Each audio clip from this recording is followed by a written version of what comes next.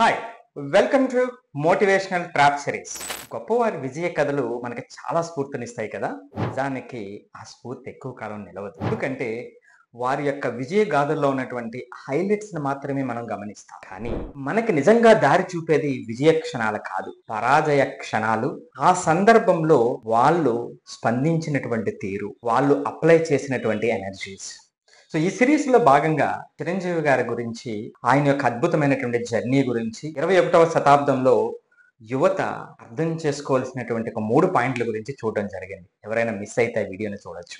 ఇప్పుడు ఈ రోజు ఈ వీడియోలో విరాట్ కోహ్లీ, ఆయన యొక్క రిజైలియన్స్ గురించి, ఆయన యొక్క సహనం, ఆయన యొక్క ఓర్పు, ఆయన చూస్తే చాలా ఎనర్జెటిక్ గా లేదు, కొన్ని సందర్భాల్లో ఆయన యొక్క తీరు ఆ పేషెన్స్ ఉన్నట్టుగా కనిపించదు. కానీ ఆయన యొక్క జీవితంలో జరిగినటువంటి ఒక ఘటన, ఆయనలో ఉన్నటువంటి రిజైలియన్స్, ఆయనలో ఉన్నటువంటి పేషెన్స్ ని తెలియచెప్పేటువంటి ఒక అద్భుతమైనటువంటి కథను చూద్దాం.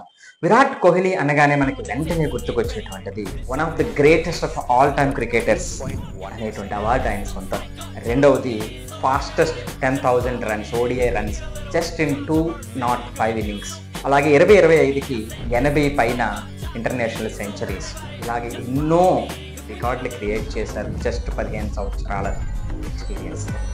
కానీ డిసెంబర్ 2006లో జరిగినటువంటి ఒక సంఘటన ప్రతి వ్యక్తి జీవితంలో కూడా ఒక ఇంపార్టెంట్ వ్యక్తి, ఎప్పుడు మన చేతిని పట్టుకుని నడిపించినటువంటి వ్యక్తి, మనకి ఈ ప్రపంచాన్ని చూపించినటువంటి వ్యక్తి, మన యొక్క ఆలోచనల్ని, మన యొక్క ఆశయాల్ని ఎప్పటికప్పుడు గౌరవిస్తూ సపోర్ట్ చేస్తూ నిలిచినటువంటి వ్యక్తి ఇక లేరు అనేటువంటి వార్త ఏ వ్యక్తి జీవితంలో అయినా ఎంతటి బాధను తీసుకొస్తుంది, హృదయం ముక్కలవుతుంది. అట్లాంటి సంఘటన 18 డిసెంబర్ 2006న విరాట్ కోహ్లీ లైఫ్లో జరిగింది. తన తండ్రి హఠాన్ మరణం, హార్ట్ అటాక్ కారణంగా జరిగినటువంటి వార్త ఆయనకి చెవిన పడింది. కానీ ఆ సందర్భంలో రంజీ ట్రోఫీలో ఢిల్లీ తరపున కర్ణాటకకి ఎగెనిస్ట్గా ఆడుతున్నటువంటి రోజులు అవి. ఢిల్లీ జట్టు అత్యంత క్లిష్టమైనటువంటి స్థితిలో ఉంది, ఫాలో ఆన్ ప్రమాదాన్ని తప్పించుకోవాల్సినటువంటి అవసరం ఉంది.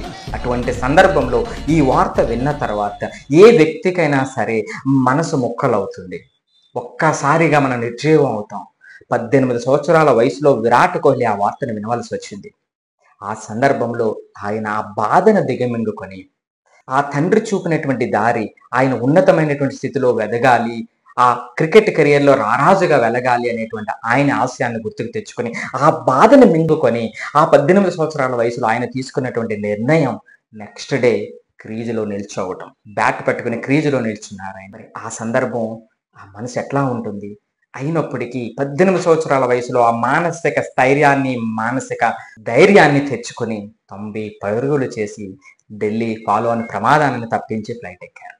సో ఈ క్షణాలు, ఇలాంటి క్షణాల్లో ఆ వ్యక్తులు తీసుకున్నటువంటి నిర్ణయాలే వాళ్ళని గొప్ప స్థాయికి తీసుకువెళ్తాయి. అందుకే నేనంటాను, గెలుపు క్షణాలు కాదు, మలుపు క్షణాలే లెజెండ్స్ని తయారు చేస్తాయి. మీరేమంటారు?